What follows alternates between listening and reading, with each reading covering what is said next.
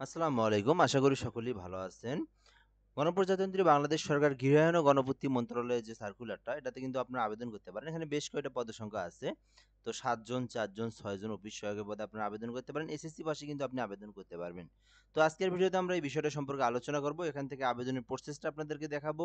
পাশাপাশি এখানে পদসংখ্যাটা বলবো। এখান থেকে educational qualification A to Z আলোচনা করার চেষ্টা করব আজকের এই ভিডিওতে। তো আশা করি সবাই ভিডিওটা ফুল দেখবেন এবং অবশ্যই আপনারা চ্যানেলটাতে সাবস্ক্রাইব করে রাখবেন। আ এই চ্যানেলের মাধ্যমে সকল সরকারি, বেসরকারি যে জব রিলেটেড ভিডিওগুলো আছে, সকল ভিডিও কিন্তু আমরা আপলোড করে দেওয়ার চেষ্টা করি। পাশাপাশি আমরা পরীক্ষার আগে শর্ট সিলেবাস, কমন সিলেবাসগুলো কিন্তু আমরা দিয়ে রাখি। তো অবশ্যই সাবস্ক্রাইব করে আমাদের সঙ্গে যুক্ত থাকবেন। তো আমরা এখান থেকে দেখব যে ১ নম্বর যে পদটা ৬০ মুদ্রাক্ষরিক কাম কম্পিউটার অপারেটর, বেতন স্কেল ১১,০০০ থেকে ২৬,০০০ টাকা পর্যন্ত। এই পদে ৭ জনকে নিয়োগ দেওয়া হবে। কোনো স্বীকৃত বিশ্ববিদ্যালয় হইতে স্নাতক বা সমমান ডিগ্রি থাকলে আপনি আবেদন করতে পারবেন। যেহেতু ৬০ মুদ্রাক্ষরিক কম্পিউটার অপারেটর, সেক্ষেত্রে অবশ্যই আপনার ৬০ মুদ্রাক্ষরিকের আ অভিজ্ঞতাটা অবশ্যই থাকতে হবে, সার্টিফিকেট থাকতে হবে। যেমন আপনার হচ্ছে পার মিনিটে ৭৪ টা ইংরেজিতে এবং ৪৫ শব্দ বাংলায় আসতে হবে এবং আপনার স্বাভাবিক অবস্থায় মুদ্রাক্ষরিকে আপনাকে পার মিনিটে আপনাকে বাংলায় ২৫ এবং ইংরেজিতে ৩০ শব্দ থাকতে হবে। ২ নম্বর যেটা আছে, অবশ্যই ওয়ার্ড প্রসেসিং সহ ইমেইল, ফ্যাক্স পরিচালনার দক্ষতা থাকলে আপনি এই পদে আবেদন করতে পারবেন। ওকে, এরপর আমরা ২ নম্বর যে পদটা আছে, অফিস সহকারী কাম কম্পিউটার।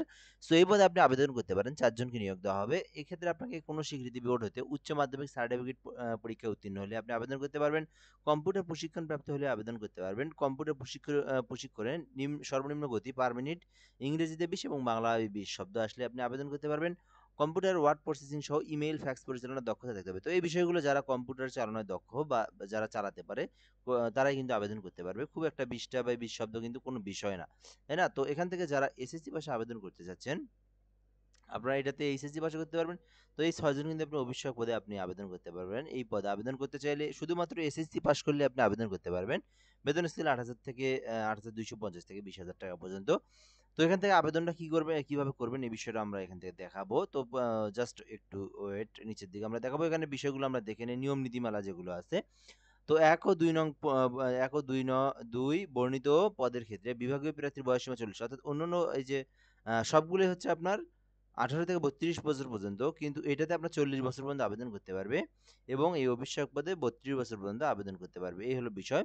তো এরপর আমরা এখান থেকে দেখব, এই নিয়োগ বিজ্ঞপ্তিতে বর্ণিত শূন্যপদ সমূহের পূরণের ক্ষেত্রে বাংলাদেশের সচিবালয়ে ক্যাডার বহির্ভূত গেজেটের কর্মকর্তা, নন গেজেটেড কর্মকর্তা কর্মচারী যদি থেকে থাকে ২০১৪ সংশোধিত ২০২০ অনুসরণ করা হবে। এছাড়াও নিয়োগ সংক্রান্ত বিধিমালা, যাবতীয় বিধিবিধান, বিধি, আদেশ, নিয়মাবলী কোটার ক্ষেত্রে সরকারের সর্বশেষ সিদ্ধান্ত অনুসৃত হবে। অর্থাৎ ২০২৪ সালের জুলাই মাসে যে আন্দোলনের পরে যে নতুন করে কোটা সংস্কার করা হয়েছে, সেই কোটা অনুসারে কিন্তু পরীক্ষা নিয়োগ দেওয়া হবে। সে বিষয়টা বলা আছে এখানে।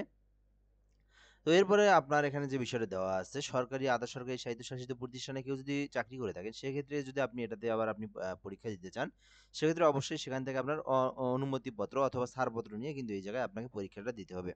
তো এরপরে যে বিষয়গুলো দেওয়া আছে, এগুলো আমাদেরকে পরে দেখলে হবে। এগুলো মৌখিক পরীক্ষার বিষয়। এগুলো এখনকার জন্য না। এগুলো হচ্ছে লিখিত পরীক্ষায় উত্তীর্ণ হওয়ার পর মৌখিক পরীক্ষার জন্য কি, কি কাগজপত্র নিয়ে যেতে হবে এই বিষয়টা দেওয়া আছে। এগুলো আমরা এখান থেকে দেখব না। আমরা শুধু দেখব এখান থেকে কিভাবে আবেদনটা করা যায়। তো আবেদনের সময়সীমা ২০ সেপ্টেম্বর পর্যন্ত আছে। এর মধ্যে আপনাকে আবেদনটা করতে হবে।